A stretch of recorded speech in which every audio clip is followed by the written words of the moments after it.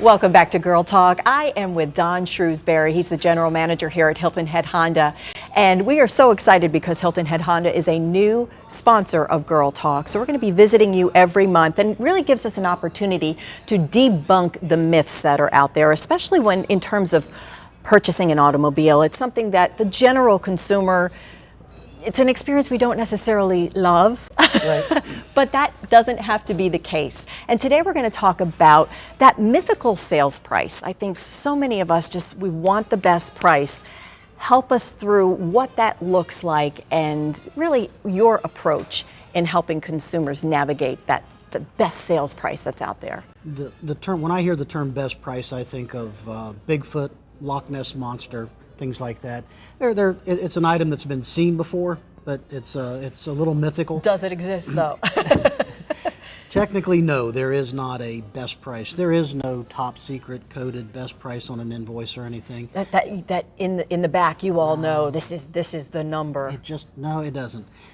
Every car, every deal, every negotiation stands on its own 2 feet. That's one of the reasons why the internet will never sell the car. Right. The customer still, we work in the most transparent business probably in the world. Most customers have a pretty good idea what that best price is going to look like, but the definition of best price is it's a price that the dealer can sell the car at and the customer is very comfortable purchasing the car at. That's the best price. The best price is an agreed upon price. It would be just as easy for me to ask a customer, what's your best price? But then that gets into the confrontation.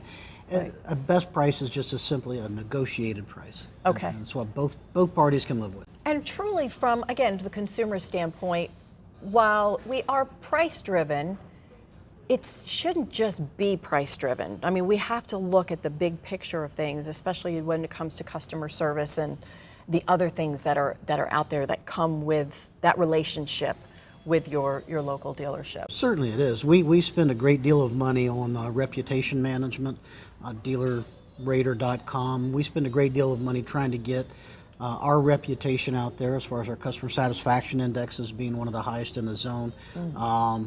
Dealer Rater, 5-star reviews all over the place.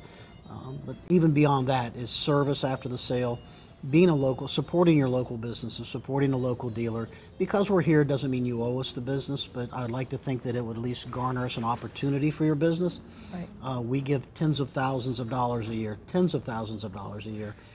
to local charities, sponsorships, high schools, for everything from a 5K run to the American Cancer Society. Right.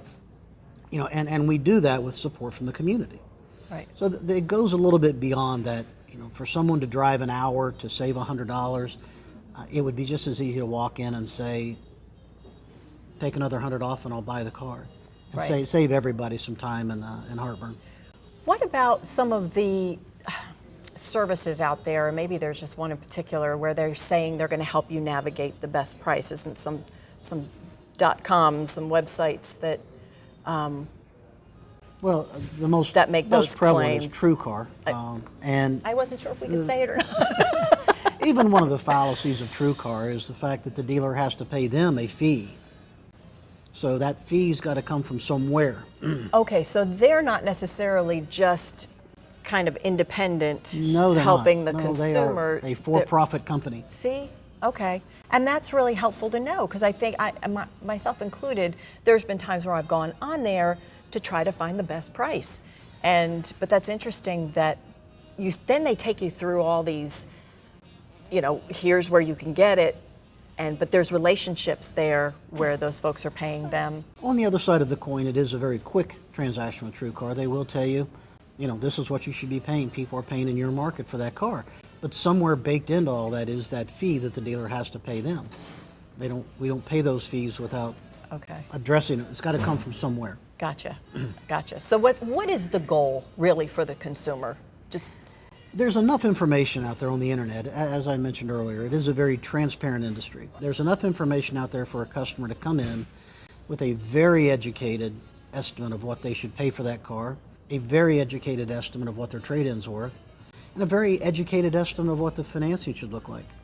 So there should really be no big surprises. Of all the things, the price on the new car is easy. The toughest part of any transaction for us is a trade-in. Oh, okay. All right, and then there's sometimes you get promises that are made, and I think your adage is if it sounds too good to be true, it probably is. If you've been to 3 dealers and they've given you $10,000 for your car, and you call another dealer and they give you $13,000 for your car, sight unseen, there's a better than average chance it's not going to bring $13,000. We all use the same resources. The challenge we have primarily is with consumers' intimate affair with their car. It's a big part of our life today. Right. And they've driven the car, they've done all the service, they've done all the right things. They get on Kelly and a car would have 200,000 miles on it, and a bad Carfax, even a minor accident 6 years ago, but they still put extra clean condition. We think it's good. From a consumer's point of view, if I could have that individual here to sell the car, it'd be great. But when I park it out on that lot, and the next customer comes in and they say, that's 200,000 miles, got a bad Carfax, I'll give you right. rough book for it. So you really need to be realistic too. And that's one of the toughest parts of the negotiation is the trade-in. And I love the fact here that you as the general manager your office is right there, you're accessible to the folks that are here, and if they have questions or issues or problems, that you're here to help them work through things. I have to be, as you've seen in a lot of my ads or heard on my ads, that I say I'll beat anybody's price on a new Honda. It's just simply because I can, and it has to make sense. I'm looking for our local buyers. I'm looking for business that makes sense. I'm willing to take a little bit less for a car if someone lives here in the area and they're going to come to me for service. Right. There's a lot of components to that best price, and it's far-reaching into parts and service, and something as simple as an oil change can change my mind.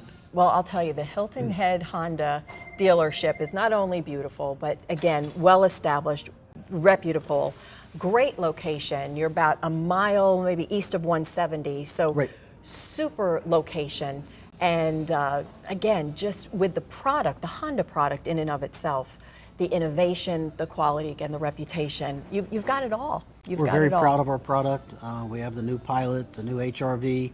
We'll get a new Civic in about 60 days and a new Accord about 30 days after that. So it's a very good time to be in the Honda business. And I love just the fact that you're here to help the consumer, again, work through the questions that are out there. Don't be afraid. This can be a great experience. They make it so here at Hilton Head Honda. Thank you so much, Don. And thank you all for tuning into this episode of Girl Talk. I'm Debbie Court. We'll see you next time.